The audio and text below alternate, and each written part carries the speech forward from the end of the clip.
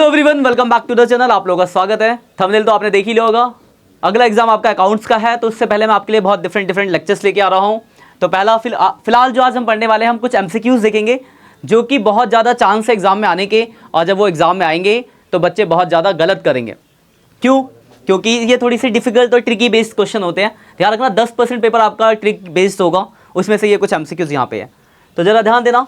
जैसे ये पहला क्वेश्चन आपका शेयर से रिलेटेड है, जरा देखते हैं।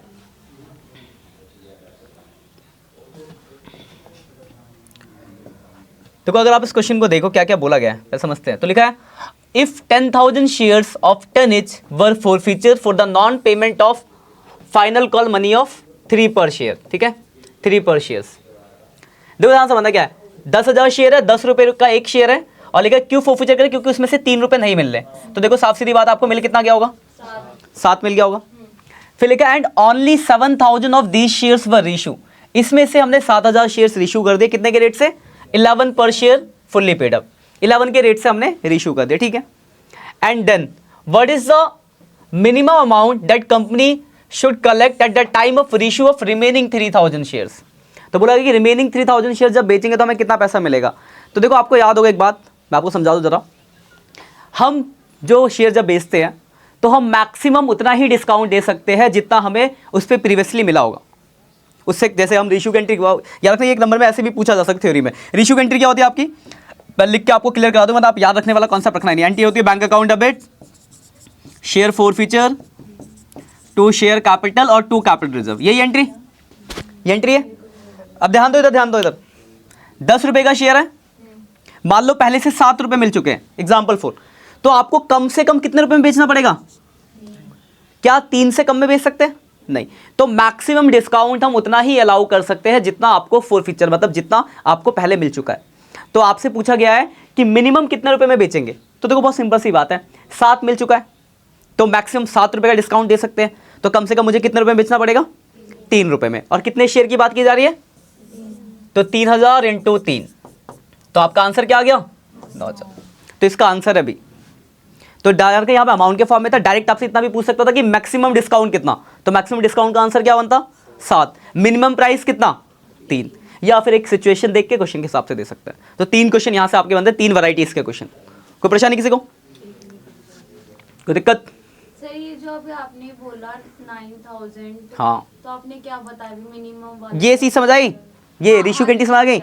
ये समझ आया कि 7 रुपये अगर मिल चुके तो कम से कम 3 रुपये में बेचना पड़ेगा। तो यहाँ भी कुछ शेयर 10 रुपये का था, 7 मिल चुका था, तो मैक्सिमम 7 डिस्काउंट दे सकते हैं। तो मुझे मिनिमम कितने में बेचना पड़ेगा? 3 पे। और 3,000 शेयर तो 9,000 आंसर आ गया। ठीक है ना, किसी को दिक्कत? आगे बढ़ते जरा। क्वेश्चन नंबर 2 आपका ये, इसे भी देखते हैं इसमें क्या बोला गया।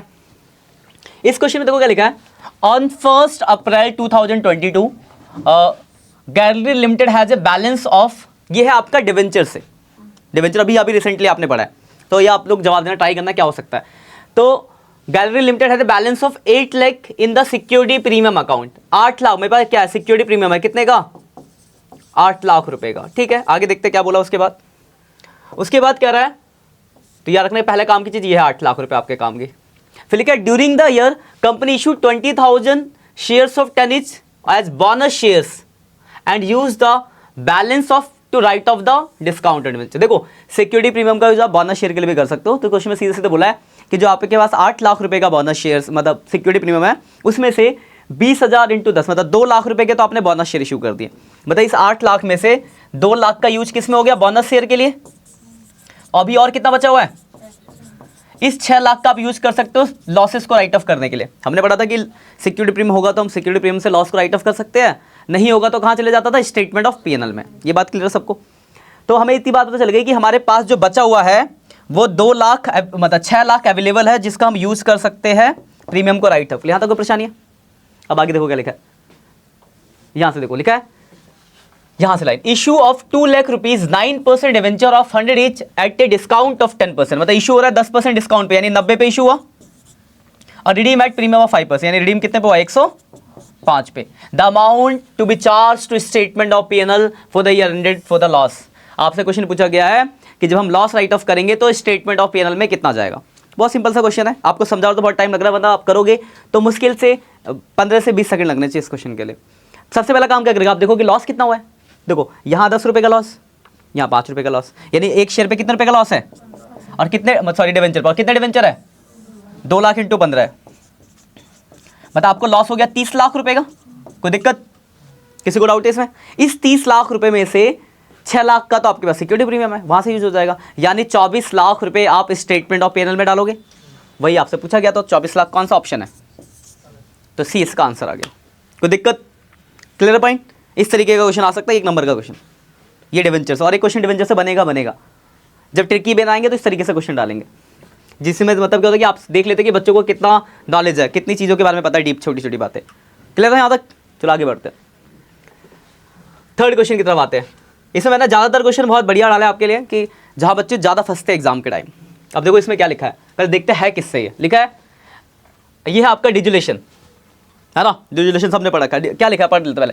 एन अनरिकॉर्डेड एसेट्स ऑफ 55,000, मतलब एक 55,000 रुपये का assets was given to a unrecorded liabilities of 50,000 in settlement of his claim of 40,000। मतलब देखो ध्यान से, मतलब लाइन इस यहाँ तक की लाइन का मतलब क्या हुआ कि 55,000 रुपये का जो हमें एसेट्स था वो एक लाइबिलिटीज को दिया, 50 के बदले कितनी पेमेंट के लिए, सिर्फ 40। मतलब अभी भी 10,000 की लाइबिलिटीज रह गई है।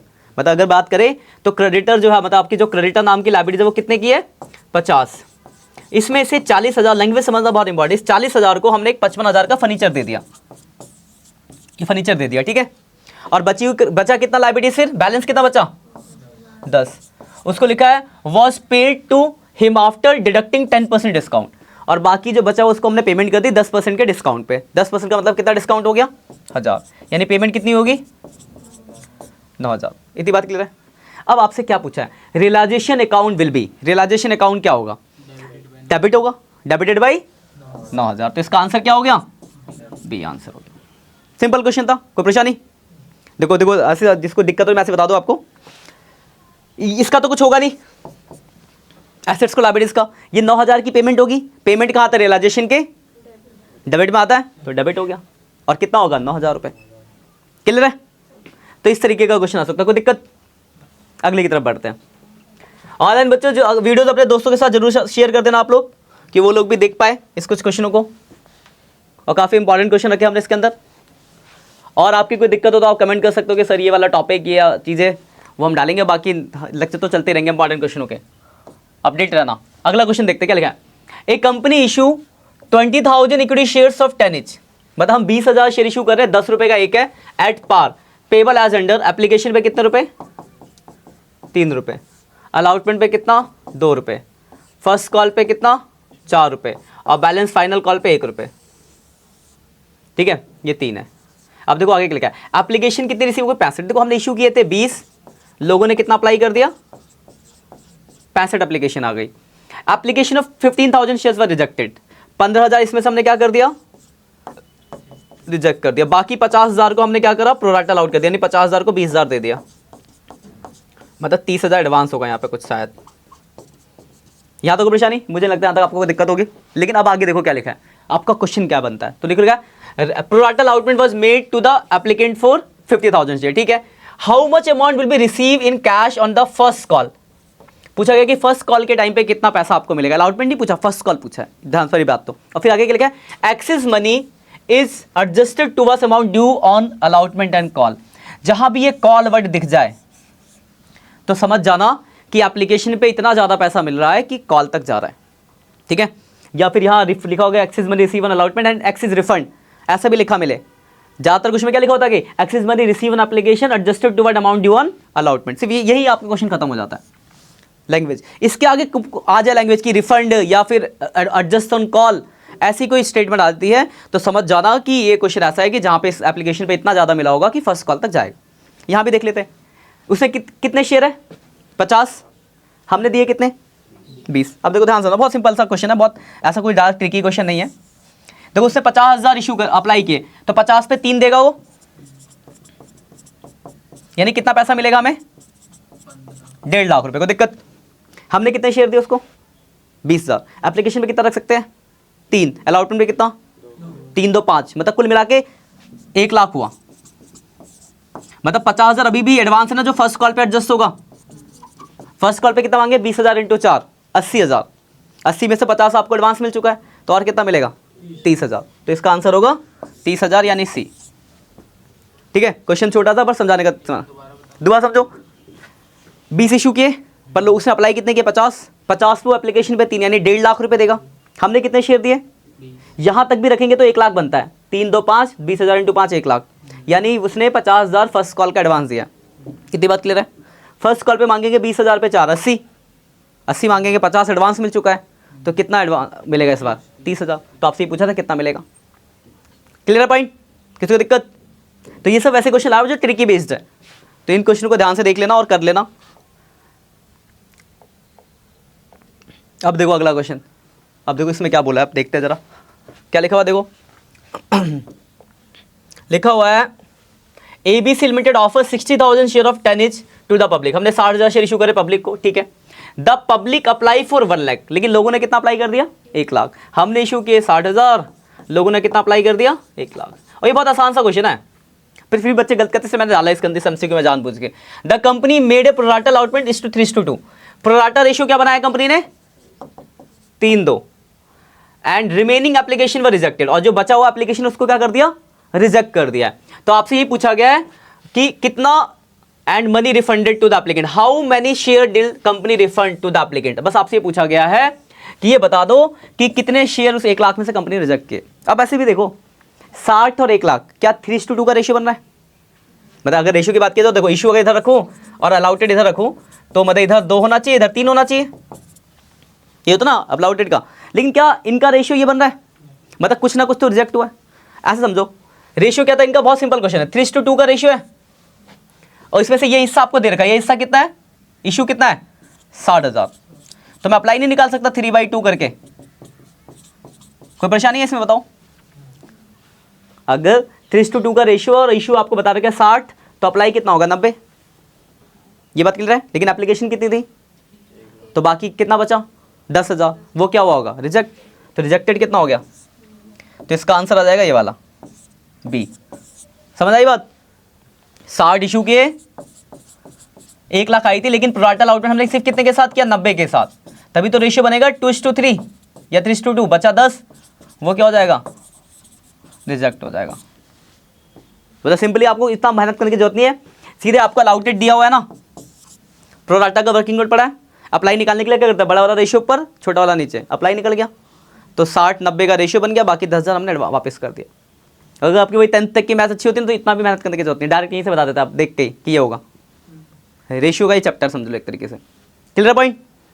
लेकिन ये मैंने करा दी से कि इस तरीके का क्वेश्चन आ सकता है, और बहुत सिंपल तरीका है, बट गलत करते हैं बच्चे। पिछले बैच में भी बच्चों ने बहुत गलतियाँ करी थी इन क्वेश्चनों में, तो इसलिए मैंने सोचा आप ऑनलाइन बच्चों के साथ भी शेयर कर दूँ कि आप लोग को भी एग्जाम में जाके ये गलती तो ना करो।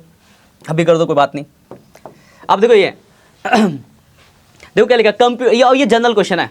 ये क्वेश्चन ऐसा नहीं इसमें कोई बुद्धि लगानी है, बस कि आपको डिजिलेशन का थोड़ा सा कॉन्सेप्ट याद हो, जो एक नया कॉन्सेप्ट इस साल आया था और हमने डिस्कस भी किया था, बच्चों को याद नहीं रहता, इसलिए इस क्वेश्चन को डाला गया है। अब क्या लिखा है, computer of the book value 60,000 and patent of the book value 20,000 have been transferred to realisation account. हमने इनको क्या करा, रियलाइजेशन में ट्रांसफर कर दिया, ठीक है, अच्छी बात है। अब देखो क्या लिखा है, if nothing is mention about the realisation of these asset they will be realise that. अब इनके बारे में कोई इन्फॉर्मेशन नहीं दी गई है, तो आपसे बस ये पूछा गया कि बताओ कितने रुपए में रियलाइज होगा, कोई बता सकता है। देखो 2 एसेट्स है, एक का कंप्यूटर, एक का पेटेंट, दोनों रियलाइजेशन में ट्रांसफर हो गया, पर इसके लिए नीचे एडजस्टमेंट में कोई भी इन्फॉर्मेशन दी नहीं गई कि इन एसेट्स के साथ क्या हुआ, तो हम क्या करेंगे, किसी बात है। हाँ बिल्कुल, यही क्वेश्चन का आंसर है, सिर्फ टेंजिबल एसेट्स ही रियलाइज होते हैं, बताया था मैंने। तो टेंजिबल एसेट्स कौन सा है इसमें से, कंप्यूटर, तो कितने का है, 60, तो इसका आंसर क्या हो जाएगा, बस, तो इसका आंसर हो गया बी। तो ये क्वेश्चन जस्ट इतना था, अगर इतना याद है तो बस हो गया, नहीं याद होगा तो खत्म। और ये लेटेस्ट है क्योंकि इसी साल आया, तो आने के चांसेस है, कोई परेशानी। आगे बढ़ते हैं। अब देखो ये 7वां क्वेश्चन आपका। अब देखो इसमें क्या बोला गया है, लिखा हुआ है ए एंड बी, ये हिडन गुडविल का क्वेश्चन है। A and B are partner, C को एडमिट किया 1/5 शेयर से, और सी जो है ब्रिंग 1,50,000 कैपिटल। सी जो है कैपिटल के 1,50,000 रुपये लेके आ रहा है। ये सिर्फ हिडन गुडविल आपको आता है तो क्वेश्चन कर लोगे। आगे क्या लिखा है, the value of total assets इतना and outside liabilities this on the date of C admission. अब आपको पूछा गया C share of hidden goodwill baby, C का शेयर निकालना है। तो पहले तो आपको गुडविल ऑफ फर्म निकालना चाहिए, एडमिशन हिडन गुडविल है। आपको याद होना चाहिए जब हमने एडमिशन का हिडन गुडविल पढ़ा था तो हम यहाँ पे 2 पॉइंट निकालते थे, पॉइंट ए और पॉइंट बी। पॉइंट ए कैसे निकलता था, मैं रफली निकाल रहा हूँ क्योंकि हमें यहाँ तो एमसीक्यू करना है ना, सॉल्व थोड़ी करना है। तो पॉइंट ए निकालते थे, न्यू पार्टनर का कैपिटल लेते थे जो कि 150 है और उसके पीएसआर का उल्टा कर देते थे, तो एक 750 हो गया। कोई दिक्कत पहले पॉइंट में? अगर कोई भूल गया तो एक बार हिडन गुडविल रिवाइज करना पड़ेगा आपको। तो पहला पॉइंट होता था न्यू पार्टनर कैपिटल, उसके प्रॉफिट का उल्टा करो, कैपिटल ऑफ फर्म आ गया। दूसरे पॉइंट में हम क्या करते थे, पुराने पार्टनर का कैपिटल प्लस न्यू पार्टनर का कैपिटल प्लस कोई रिजर्व हो तो उसको जोड़ते थे। तो रिजर्व तो है नहीं। देखो नए पार्टनर का कैपिटल तो आपको दे रखा है 1.5 लाख, लेकिन परेशानी यह है कि आपको पुराने पार्टनर का कैपिटल नहीं दिया। तो पुराने पार्टनर का जब कैपिटल नहीं दिया तो देखो आपको 550 का एसेट्स दे रखा है, 550 का एसेट्स है और लायबिलिटीज कितने की है 70। तो एसेट्स में से लायबिलिटीज घटाने पे जो निकलेगा वो क्या होगा, कैपिटल होगा। अब ये दोनों जने का मिला के है, हमें इंडिविजुअली तो चाहिए भी नहीं, हमें तो बस दोनों का कैपिटल चाहिए। तो दोनों की कैपिटल कितनी हो जाएगी 480। तो 480 प्लस 150 आपका 630 आ गया सेकंड पॉइंट। इसमें से इसको घटाते हैं तो आपका आ जाता है गुडविल ऑफ फर्म। तो गुडविल ऑफ फर्म आ गया 1,20,000। कोई दिक्कत ज़्यादा गया? उसमें उसका शेयर निकालना है तो डिवाइड बाई 5, तो उसका शेयर आ जाएगा 24,000 और answer D is correct. Clear है पॉइंट? हमने क्या करा, हिडन गुडविल निकाला। अगर कोई भूल गया तो पहले हिडन गुडविल देख लेने में नजर आ जाएगा। हिडन गुडविल निकाला, हिडन गुडविल निकालने के बाद गुडविल ऑफ फर्म आई, फिर उसका शेयर निकाल दे, खत्म। हिडन गुडविल का कॉन्सेप्ट आता होगा तो आप कर लोगे, नहीं आता होगा तो फिर चले जाएगा, फिर करना जय माता दी ABCD है ना। ठीक है, आता कोई दिक्कत? अब आते आगे। अब देखो ये 8वां क्वेश्चन,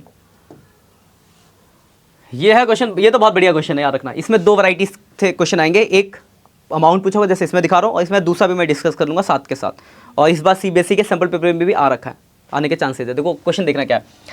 ए लिमिटेड फॉरफीचर 1000 शेयर्स, ध्यान से देखना, बहुत इंपॉर्टेंट कह सकते हैं आप। 1000 shares of 10 each for the non payment of final call 3। देखो 1000 शेयर है, 10 रुपये का एक है, ठीक है, जिसमें से आपको फाइनल कॉल के 3 नहीं मिले, मतलब 7 मिल गए होंगे। कोई दिक्कत? तो हमने क्या करा, उनको फॉरफीचर कर लिया। यहाँ तक कोई परेशानी है? अब आगे क्या लिखा है देखो, after ratio of 600 of these, इसमें से कितने शेयर बेच रहे हैं 600 shares. 3000 were transfer to capital reserve, तो 3000 रुपये कहाँ ट्रांसफर हो गया, कैपिटल रिजर्व में। तो आपसे पूछा गया है शेयर्स आर रेशियो फॉर, मतलब आपको पूछा गया वो जो बैंक का अमाउंट नहीं होता था एंट्री के अंदर, वो कितना, इसमें से कौन सा बैंक का अमाउंट होगा। आपको कैपिटल रिजर्व दिया है, नंबर शेयर दिया, पूछा बैंक बताओ कितना होगा। तो देखो बहुत सिंपल क्वेश्चन है, कुछ ज़्यादा बुद्धि लगानी। रेशियो की एंट्री आप जानते हो, एंट्री क्या होती है, bank account debit, share forfeiture account debit to share capital, और क्या होता है आपका, इसी से 2-4 क्वेश्चन अलग अलग बनते हैं। पहला मैं आपको ये कराता हूँ, फिर मैं वो 2-3 क्वेश्चन भी डिस्कस करूँगा किस तरीके से बन सकते हैं। यही एंट्री, यही है ना एंट्री। आपको बैंक शेयर कैपिटल इसका अमाउंट दे रखा है, ये कितना बोला है 3000।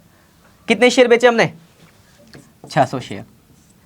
तो साफ सीधी बात है 600 × 5, मतलब एक शेयर पे 5 होगा तभी 3000 है, ठीक है ना। शेयर कैपिटल में क्या आता है, called up value, fully paid up है, तो क्या आना चाहिए यहाँ पे 600 × 10, 6000।